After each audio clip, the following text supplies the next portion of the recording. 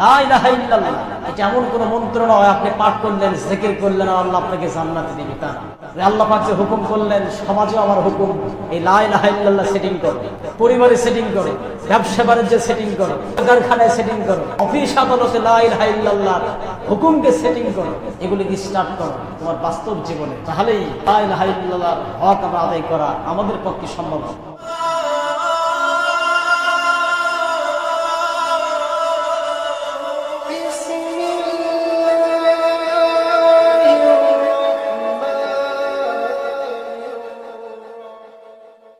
যেহেতু কিয়ামতের দিন আমাদেরকে প্রশ্ন করা হবে, দিন সম্পর্কে একটা প্রশ্ন থাকবে যে তোমার দিন কি ছিল। আমরা যদি প্রকৃতপক্ষে দুনিয়াতে দিনকে চিনতে না পারি, সঠিকভাবে যদি সঠিক দিনের রাস্তায় যেতে না পারি,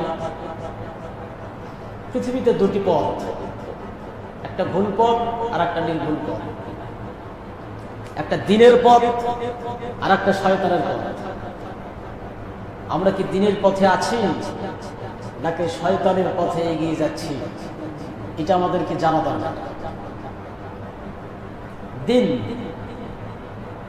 দিন শব্দের মুহাক্কিক এবং মুফাসসির যারা আছেন তারা এই দিন শব্দের চারটি অর্থ বলেছেন, চারটি অর্থ তারা করে দিয়েছেন। আমরা আলোচনা করেছিলাম দিন শব্দের অর্থ হচ্ছে প্রতিদান, প্রতিফল। দিন শব্দের অর্থ হচ্ছে আনুগত্য বা হুকুম মেনে চলা। নাম্বার 3, আনুগত্য করার যে বিধান, আনুগত্যের যে নিয়ম পদ্ধতি মেনে চলা, এটাকেও দিন বলা হয়। এরপরে আইন বা রাষ্ট্র ব্যবস্থা, যে আইনে চলে, সমাজ ব্যবস্থাও এটাতে বোঝায়। এভাবে দিনের চারটি অর্থ মুফাসসির কিরাম তারা বলেছেন। দিন, যে দিন প্রত্যেকটা নবীদের প্রতি আল্লাহ পাক ওহী নাযিল করে দিনকে কমপ্লিট কোড অফ লাইফ করে দিয়েছেন। পৃথিবীতে যত নবী ছিল, আল্লাহ পাক এখানে কি বলেন? আল্লাহ রাব্বুল আলামিন বলেন, শারআ লাকুম মিনাদ-দীনি মা ওয়াসসা বিহি নূহা ওয়াল্লাযী আওহাইনা। শারআ লাকুম মিনাদ-দীনি মা ওয়াসসা বিহি, তোমাদের জন্য আনুগত্যের বিধানকে ধার্য করে দেওয়া হয়েছে। তোমরা যে আনুগত্য করবা, এটার বিধানকে আমি আল্লাহর পক্ষ থেকে ধার্য করে দিয়েছি। যেমন করে দিয়েছিলাম নূহা ওয়াল্লাযী আওহাইনা, নূহের প্রতি আমি ওহী করে জানিয়ে দিয়েছিলাম। কেন? হযরত ইদ্রিস আলাইহিস সালাম জান্নাতে চলে যাওয়ার পরে প্রায় 400 বছরের ভেতরে দুনিয়াতে আল্লাহ পাক কোনো নবী পাঠান নাই।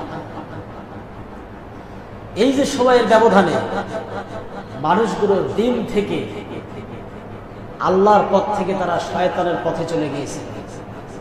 এরপরে যখন আল্লাহ পাক নূহকে পৃথিবীতে নিয়ে আসলেন, আল্লাহ রাব্বুল আলামিন বলেন, আমি এইভাবে করে আদম থেকে শুরু করে ওয়াল্লাযী আওহাইনা ইলাইকা ওয়া মা ওয়াসাইনা বিহি ইব্রাহিম, নূহকেও দিন দিয়েছিলাম, ইব্রাহিমকেও দিয়েছিলাম। নূহের প্রতি ওহী নাযিল করে জানিয়ে দিয়েছিলাম, তোমার প্রতি যে দিন আমি আল্লাহর পক্ষ থেকে দিলাম, এই দিনের আনুগত্য করো। আল্লাহ পাক নূহ আলাইহিস সালামকে 950 বছর পৃথিবীতে জীবিত রেখেছেন। তার জীবনের অনেক ইতিহাস।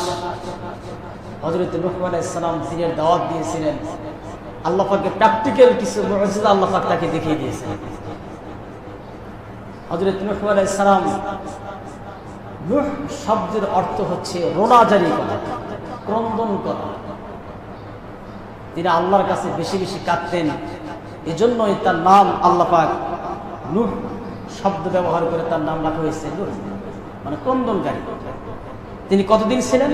আল্লাহ পাক বললেন, আল্লাহ রাব্বুল আলামিন বলেন, ওয়ালাকাদ আরসালনা নূহান ইলা কওমিহি ফালাবিসা ফীহিম আলফা সানাতিন ইল্লা 50 আমা। আর আমি নূহকে তার সম্প্রদায়ের প্রতি পাঠিয়েছি, তিনি তাদের মাঝে অবস্থান করেছিলেন 50 কম হাজার বছর। প্রায় 950 বছরে তিনি দ্বীনের দাওয়াত দিয়েছিলেন। এই দিন আল্লাহ পাক তাকে দান করেছেন। প্রত্যেকটা নবীদেরকে আল্লাহ পাক দিন দান করেছেন, কিছু নিয়ম নীতি পদ্ধতি শিখিয়ে দিয়ে মানুষদেরকে দুনিয়া থেকে যে মানুষগুলো ছিল জান্নাতে, সেই মানুষগুলো আসছে পৃথিবী নামক দুনিয়া নামক জায়গায়। এখান থেকে দ্বীনের রাস্তা ধরে ধরে পৃথিবীর মানুষগুলোকে পরিচালনা করে জান্নাতের দিকে নিয়ে যাওয়ার জন্যই আল্লাহ পাক যুগে যুগে নবীদেরকে পাঠিয়েছেন। হযরত নূহ আলাইহিস সালাম এইভাবে করে 950 বছর দাওয়াতি কাজ করলেন। 40 জন নারী আর 40 জন পুরুষ ছাড়া একটা মানুষও কালিমা পড়ল না। কেউ কিন্তু কালিমা পড়ে না। 40 জন নারী, ইতিহাস থেকে যেটি পাওয়া যায়, 40 জন নারী আর 40 জন পুরুষ তার দিন কবুল করেছে। অথচ আল্লাহ পাক তাকে হাজার হাজার মানুষের ভেতরে 950 বছর জীবিত থেকে তিনি রাতেও দাওয়াত দিয়েছেন, দিনেও দিয়েছেন। যখন তিনি দিনের দাওয়াত দিতেন তখন মানুষেরা কানের ভিতরে আঙ্গুল ঢুকিয়ে দিত। তিনি যতই দাওয়াত দেন তারা দিনের পথ থেকে আরো সরে যায়। তিনি কিভাবে দাওয়াত দিয়েছেন আল্লাহ পাক এটি জানিয়ে দিতেন। হযরত নূহ আলাইহিস সালাম তিনি বলেন, قال رب إني دعوت قومي ليلا ونهارا فلم يزدهم دعائي إلا فرارا। সে বলল, হে আমার রব, আমি আমার নিজ সম্প্রদায়কে আপনার প্রতি ডেকেছি। তার আহ্বানে তিনি ডেকেছেন, রাত দিন, দিনেও ডেকেছেন, রাতেও ডেকেছেন। সারা দিন রাত দিনের পথে ডাকার পরও তার জাতির লোকেরা 40 জন নারী আর 40 জন পুরুষ কালিমা পড়েছে। তিনি কথা চিন্তা করেন নাই, কেউ কালিমা পড়েন আমি দিনের দাওয়াতে গাজার করব না। একটা মানুষ কালিমা পড়ুক আর না পড়ুক, আল্লাহ পাক যেহেতু নবীদেরকে পাঠিয়েছিলেন মানুষদেরকে আহ্বান করার জন্য, ডাকার জন্য, তারা ডেকেছেন। তাদের ডাকে কেউ সাড়া দিয়েছে, কেউ দেয়নি। এটা ইতিহাস। এই দিনটা আসলে কি? আল্লাহ রাব্বুল আলামিন বলেন, এই দিন সম্পর্কে আল্লাহ পাক বলেন, وَمَن يَبْتَغِ غَيْرَ الْإِسْلَامِ دِينًا فَلَن يُقْبَلَ مِنْهُ وَهُوَ فِي الْآخِرَةِ مِنَ الْخَاسِرِينَ। আল্লাহ রাব্বুল আলামিন বলেন, ইসলাম ছাড়া, দিন ছাড়া আনুগত্যের বিধান আল্লাহর কাছে কোনোটাই প্রযোজ্য হবে না। পৃথিবীতে অনেক দিন থাকতে পারে, অনেক ধর্ম থাকতে পারে। খ্রিস্টান ধর্ম আছে, বৌদ্ধ আছে, হিন্দু আছে। আল্লাহ পাক বললেন, পৃথিবীর অসংখ্য ধর্মের ভিতরে কোনো ধর্ম আল্লাহর কাছে গ্রহণযোগ্যতা হবে না। মানুষ যত ভালো কাজই করুক না কেন, যতক্ষণ পর্যন্ত তারা দিনকে, ইসলামকে মেনে না নেবে, ইসলামকে যতক্ষণ পর্যন্ত স্বীকার না করবে। একটা মানুষ, হিন্দু মানুষ, খুব ভালো, সমাজে তার কোনো রিপোর্ট খুঁজে পাওয়া যায় না, অনেক ভালো ভালো কাজ করে দিয়ে গেছে, কিন্তু সে ইসলাম নামক জীবন বিধানকে নিজের জীবনে মেনে না নেওয়ার কারণে তার সেই ধর্ম আল্লাহর কাছে মনোনীত হবে না। তার ভালো কাজও আল্লাহর কাছে কোনো ভালো কাজ হিসেবে পরিচয় হবে না। এই জন্য দিনকে বোঝা। আসলে দিনটা কি? ইন্নাদ দীনা ইনদাল্লাহিল ইসলাম। আল্লাহর কাছে মনোনীত দিন হচ্ছে ইসলাম। এখানেও দিন শব্দ আনুগত্য বিধানকে বোঝানো হয়েছে। দিন শব্দের অর্থ হচ্ছে আনুগত্য করা। আনুগত্যটা কার? শুধু লা ইলাহা ইল্লাল্লাহ এটা পড়লে আনুগত্য হয় না। লা ইলাহা ইল্লাল্লাহ এমন কোন মন্ত্র নয় যে তা উচ্চারণ করলেই আল্লাহর নিকট আপনি মুসলিম বলে গণ্য হয়ে যাবেন, এমন কোন মন্ত্র এটি নয়। লা ইলাহা ইল্লাল্লাহ হচ্ছে আল্লাহ ছাড়া কারো হুকুম মানব না। লা ইলাহা ইল্লাল্লাহর ভিতরে দুটি পার্ট, একটি হচ্ছে লা ইলাহা ইল্লাল্লাহ, এরপরে মুহাম্মদুর রাসূলুল্লাহ সাল্লাল্লাহু আলাইহি ওয়াসাল্লাম। লা ইলাহা ইল্লাল্লাহ এটা এমন কোন মন্ত্র নয় আপনি পাঠ করলেন, জিকির করলেন, আল্লাহ আপনাকে জান্নাত দিবে, তা না। লা ইলাহা ইল্লাল্লাহ কিন্তু যারা কায়েম থাকবে, লা ইলাহা ইল্লাল্লাহ কি? লা ইলাহা নেই কোনো মাবুদ এক আল্লাহ ছাড়া, এই কথাটি সমাজের প্রত্যেকটা জায়গায় শুধু নয়, নিজের জীবন থেকে, শরীর থেকে শুরু করে, আপনার নিজের জীবন থেকে শুরু করে সমাজ পর্যন্ত, রাষ্ট্র পর্যন্ত, গোটা পৃথিবীতে যতক্ষণ পর্যন্ত লা ইলাহা ইল্লাল্লাহ স্বীকৃতি দিতে আমরা না পারবো, ততক্ষণ পর্যন্ত লা ইলাহা ইল্লাল্লাহর হক আদায় হতে পারে না। আপনি লা ইলাহা ইল্লাল্লাহ নেই কোনো মাবুদ এক আল্লাহ ছাড়া, এটি পড়লাম, এতটুকুন পড়লেই কি আমাদেরকে আল্লাহ নাজাত দিবেন? না। লা ইলাহা ইল্লাল্লাহ নেই কোনো হুকুম এক আল্লাহ ছাড়া, কোনো মাবুদ নেই একমাত্র আল্লাহ ছাড়া, হুকুমদাতা নেই। তাহলে ওই আল্লাহর হুকুম আমরা শুধু নামাজে মানলাম, ওই আল্লাহ পাক যে হুকুম করলেন সমাজে আমার হুকুম, এই লা ইলাহা ইল্লাল্লাহ সেটিং করে, পরিবারে সেটিং করো, ব্যবসা বাণিজ্যে সেটিং করো, কলকারখানায় সেটিং করো, অফিস আদালতে লা ইলাহা ইল্লাল্লাহ হুকুমকে সেটিং করো, এগুলিকে স্টার্ট করো তোমার বাস্তব জীবনে, তাহলেই লা ইলাহা ইল্লাল্লাহর হক আমরা আদায় করা আমাদের পক্ষে সম্ভব হবে। লা ইলাহা ইল্লাল্লাহ শব্দটি সহজ, কিন্তু এই শব্দ তাদের জন্য সহজ নয় যারা নাকি এটার ভিতরে এখনো আসতে পারে না। আবু জাহেল কিন্তু সত্যি করে বুঝেছিল যে লা ইলাহা ইল্লাল্লাহ মানে কি, যার কারণে রাসূলকে প্রস্তাব দেওয়া হয়েছিল আবু তালেবের মাধ্যমে। হাদিস, আমার নবী যখন, আল্লাহ রাসূল যখন নবুয়ত পেয়ে গেলেন, নবুয়ত পাওয়ার পরে আল্লাহ পাক যখন বললেন আপনি দ্বীনকে প্রতিষ্ঠার কাজে লেগে পড়ুন, আপনার প্রতি যে ওহী নাজিল করে যে বিধান দিলাম, জীবন বিধান দিলাম, এই জীবন বিধানগুলো আপনি সমাজে পরিচয় করে করে, সমাজের মানুষগুলোকে পরিচালনা করে করে সমাজের মানুষগুলোকে জাহান্নামমুখী থেকে জান্নাতের দিকে নিয়ে আসেন। আল্লাহ রাসূল যখন বললেন পৃথিবীর মানুষ তোমরা পড়ো লা ইলাহা ইল্লাল্লাহ মুহাম্মাদুর রাসূলুল্লাহ, এই কথা যখন বললেন প্রথমে আবু জেহেল সহ্য করতে পারল না। রাসূলের কাছে প্রস্তাব দেওয়া হলো আপনি আর আমি কোন লা ইলাহা ইল্লাল্লাহ পড়ছি যে লা ইলাহা ইল্লাল্লাহ এখনো বাতিল শক্তির পক্ষ থেকে কোনো প্রতিবাদ আসলো না।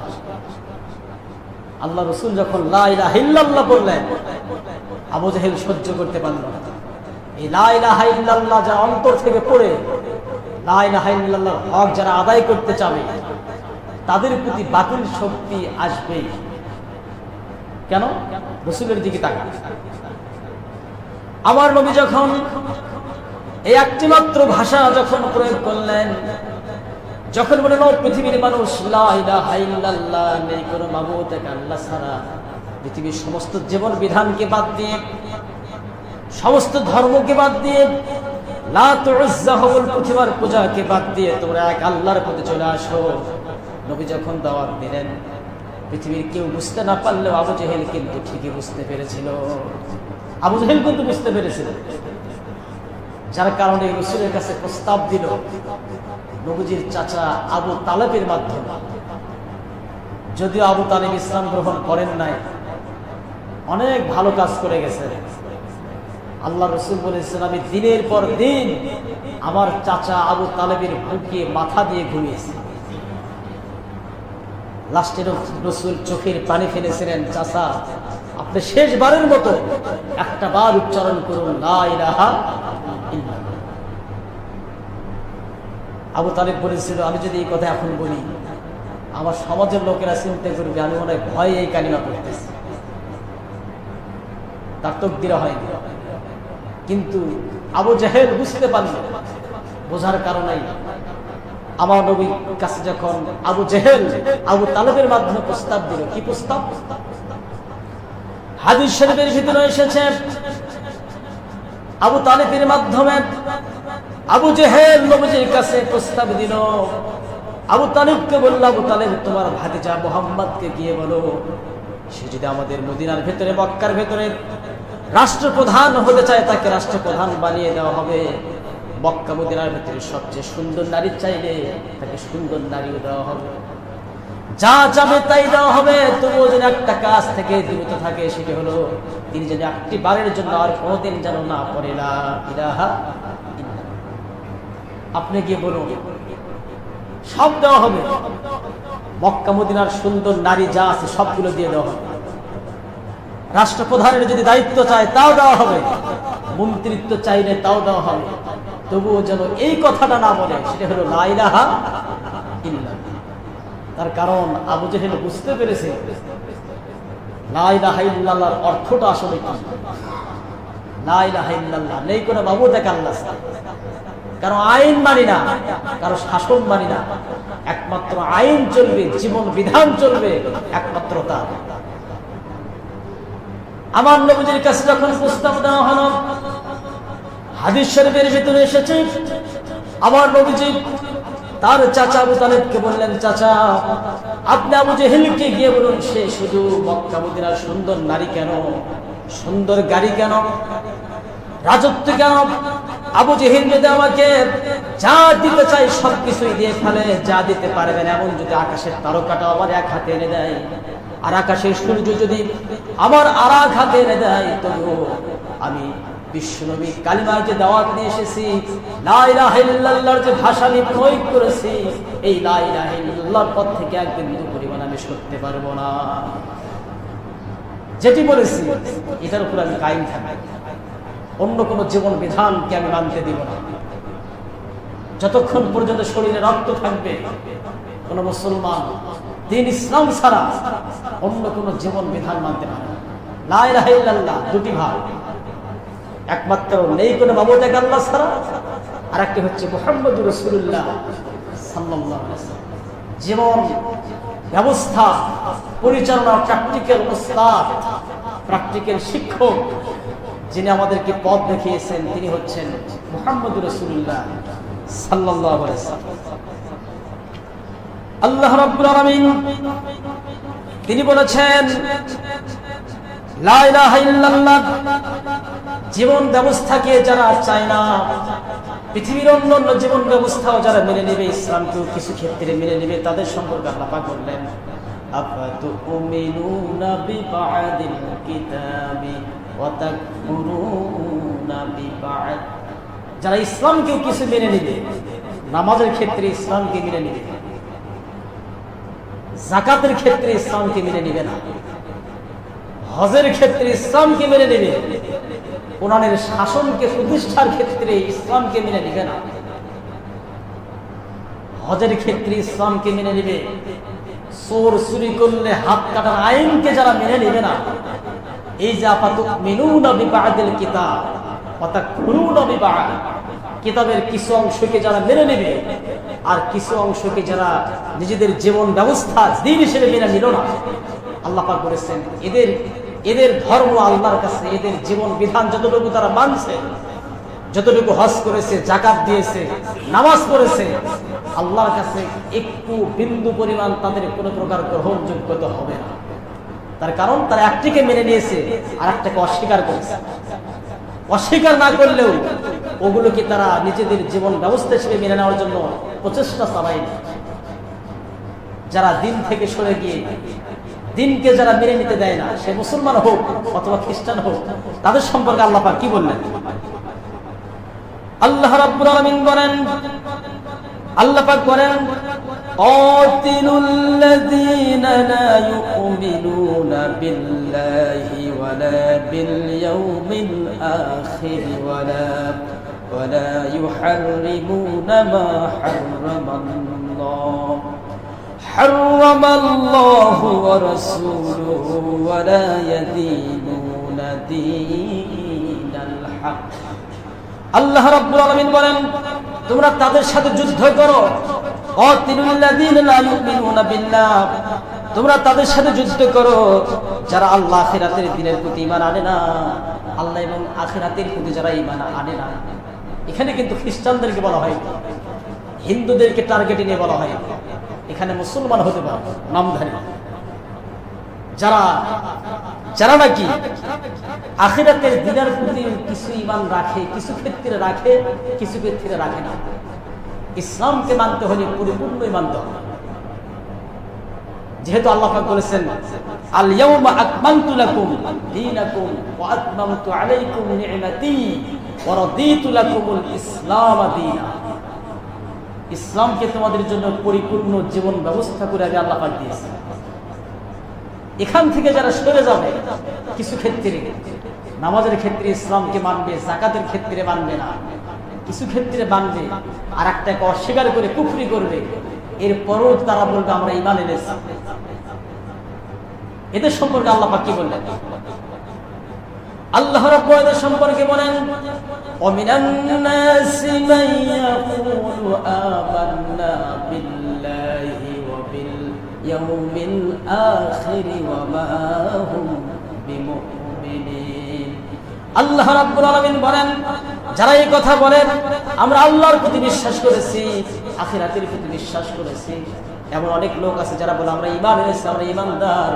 আল্লাহ পাক বলেন ওয়া মা হুম বিমুমিনিন, এই সমস্ত ব্যক্তিগুলো কখনোই মুমিন হতে পারে না। ঈমানের দাবি করলেও ঈমানদার হতে পারে না। আর তাদের সম্পর্কে আল্লাহ পাক বললেন তোমরা তাদের সাথে যুদ্ধ করো। যুদ্ধ শুধু কাফেরদের সাথে করতে বলেন, দ্বীনকে যারা মেনে নিবে না, ইসলামকে যারা প্রতিষ্ঠার কাজে বাধা প্রদান করবে, তাদের সম্পর্কে এখানে বলা হয়েছে। তাফসীর খুলে দেখেন, আল্লাহ রাব্বুল আলামিন বললেন তোমরা তাদের সাথে যুদ্ধ করো যারা আল্লাহ এবং আখিরাতের দিনের প্রতি ঈমান আনে না। আল্লাহ যা হারাম করেছেন এগুলোকে হারাম হিসেবে যারা মানে না। আজকে আমরা মুসলমানের খাতায় নাম দিয়েছি, হারাম চলতেছে, হারামকে আমরা মেনে চলতেছি। আল্লাহ পাক তাদের সম্পর্কে বললেন তোমরা তাদের সাথে যুদ্ধ করো যারা ঈমান আনে, ঈমান আনার কথা বলে, এরপরে যারা হারাম করেছে, আল্লাহ পাক যে হারাম করেছেন হারাম থেকে তারা সরে থাকে না। আল্লাহ পাক যেগুলোকে হালাল করে দিয়েছেন এই হালালকেও যারা মেনে নিতে চায় না, আল্লাহ পাক এই ব্যক্তিগুলোর সাথে তোমরা যুদ্ধ করতেই থাকো। এদের সাথে যুদ্ধ প্রচেষ্টা চালিয়ে হালাল পন্থায় ইসলামকে তোমরা প্রতিষ্ঠা করে আল ইয়াউমা আকমালতু লাকুম দীনাকুম ওয়া আতমামতু আলাইকুম নি'মাতি ওয়া রাদিতু লাকুমুল ইসলাম দীনা, তোমাদের প্রতি যে পরিপূর্ণ জীবন নিয়ামত আমি দান করেছি, এই নিয়ামতের কাজ তোমরা করতেই থাকো ততক্ষণ পর্যন্ত যতক্ষণ পর্যন্ত মালাকুত মউত তোমাদের কাছে না আসে। যুদ্ধ তাদের সাথেও করা যাবে যারা ইসলামকে মানতে দেয় না। তাগুত যারা, তাগুত শুধু কাফেরদেরকে বলা হয় না। আল্লাহ পাক অন্যত্র বলেছেন ওয়া ইয়াবতাগি গায়রাল ইসলামি দীনান ফালা ইউকবালা মিনহু, যারা নাকি দিনকে যারা নিজেদের জীবন ব্যবস্থা হিসেবে মেনে নিবে না তাদের সাথে যুদ্ধ করতে আল্লাহ পাক বলেছেন, জিহাদ করতে বলেছেন।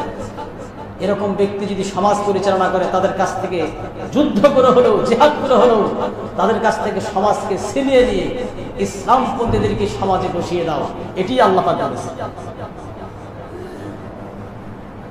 আসলে দিন শব্দের অর্থ হচ্ছে আনুগত্য করা। আনুগত্য একমাত্র হবে আল্লাহ, এবং আনুগত্যটা হবে প্রত্যেকটা ক্ষেত্রে, শুধু নামাজের ক্ষেত্রে নয়, শুধু যাকাতের ক্ষেত্রে নয়, শুধু হজের ক্ষেত্রে নয়। প্রত্যেকটা জায়গায় যদি আমরা আল্লাহর আনুগত্য করতে পারি তাহলে আমরা সেদিন ওই দিন প্রতিফল দিবসের দিন আমরা আল্লাহর কাছে কিছু জবাব দিতে পারবো।